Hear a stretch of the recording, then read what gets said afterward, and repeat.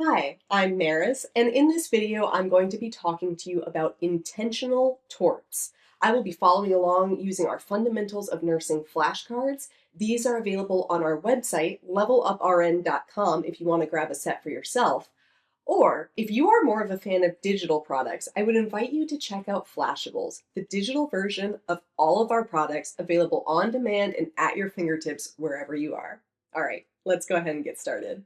So today I'm going to be talking to you about intentional torts, which are willful acts that violate a patient's rights. I want to talk to you about a couple of different ones, but I do want you to understand that we have both intentional and unintentional. And in this one, I'm only going to be covering those intentional or willful acts.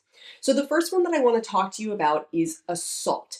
And although many of us think of assault as being a physical attack on somebody, when we talk about assault as an intentional tort in nursing, we talk about that as being any threat that is made against the patient which causes them to be fearful. So I'll give you an example. If I'm taking care of a patient and they are just constantly trying to get up to the bathroom without assistance, even though I've explained to them that they're a fall risk and they need to use their call light and call for help and all of this, if I say to a patient, if you get out of this bed again without calling for help, I'm going to restrain you. I'm going to tie you down.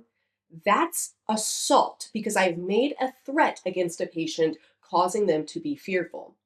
Contrast that, however, with battery. So battery is going to be any touching of a patient without their consent, which causes them harm. So this is going to be, for instance, if I did go ahead and decide to restrain that patient who was getting up to the bathroom without calling for help, if I did that and in so doing broke their arm, that is now assault and battery, right? I threatened them and then I touched them in a manner without their consent that led to harm. The next one I want to talk to you about is false imprisonment. So false imprisonment means that my patient has the right, in most cases, to leave the hospital anytime they want. We like for them to leave when they have been discharged. The next step up from that would be leaving against medical advice. We'd like for them to understand that they're leaving against medical advice and sign. But your patient also has the right to leave, or what we call elope, without telling anybody. They have that right most of the time. And I am only talking here about patients who do have the right to leave of their own accord. If you're interested in more about informed consent and who has the right to different types of autonomy, check out my earlier videos in the Fundamentals playlist. But if a patient is trying to leave and I restrain them or I stand in their way, I block the door, I put them in seclusion, I lock the door, I do something to prevent a patient from having that freedom of movement, that is called false imprisonment.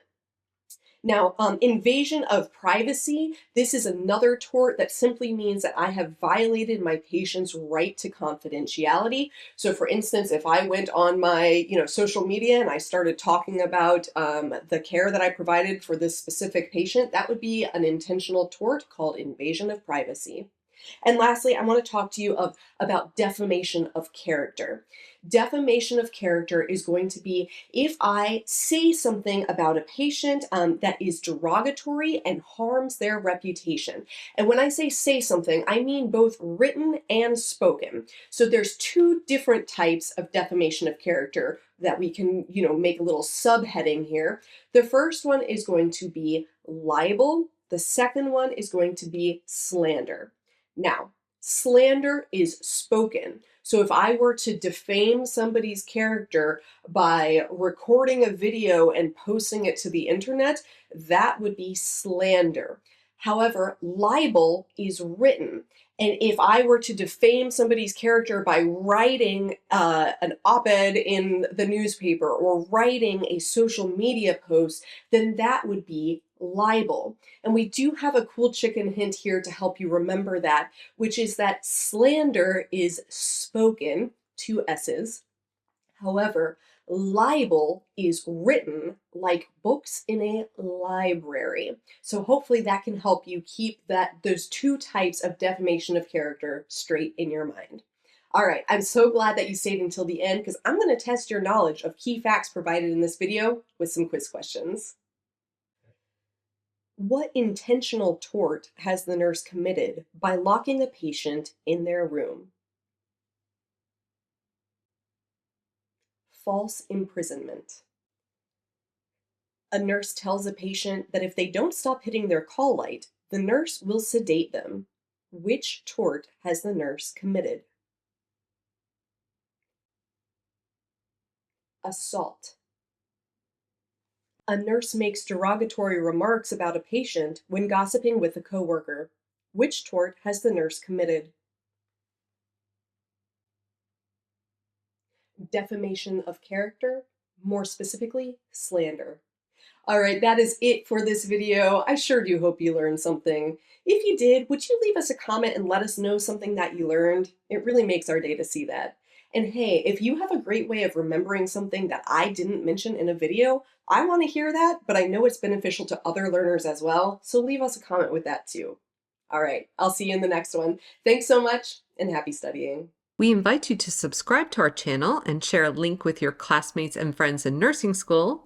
And if you found value in this video, be sure to hit that like button and let us know what you found to be particularly helpful.